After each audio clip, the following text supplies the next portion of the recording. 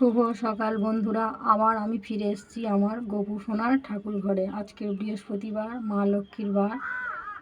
জয় মা লক্ষ্মী, জয় শ্রীকৃষ্ণ গোবিন্দ, রাধে রাধে।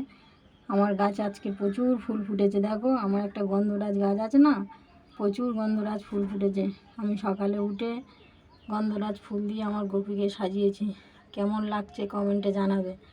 রাধে রাধে, জয় শ্রীকৃষ্ণ গোবিন্দ, হরে মুরারি, হে নাথ নারায়ণ দেব বাসুদেবা। রোজ সকালে আমি স্নান করে গীতা পাঠ করি। আমার সকল ফেসবুক বন্ধুদেরকে আমার অনুরোধ, সবাই গীতা পড়বে, ভালোই হবে। না পড়তে পারলে অন্তত গীতা মাথায় রেখে 3 বার গীতা বলবে, তাতেও ভালো হবে। ঈশ্বর পরম ব্রহ্ম সচিদানন্দ বিগ্রহ, অনাদি আদি গোবিন্দ, সর্বকারণের কারণ। ঈশ্বর সবই পারে। ঈশ্বরের ওপর ভরসা রাখলে ঈশ্বর সবই করে দিতে পারে। জয় গোপু সোনার জয়।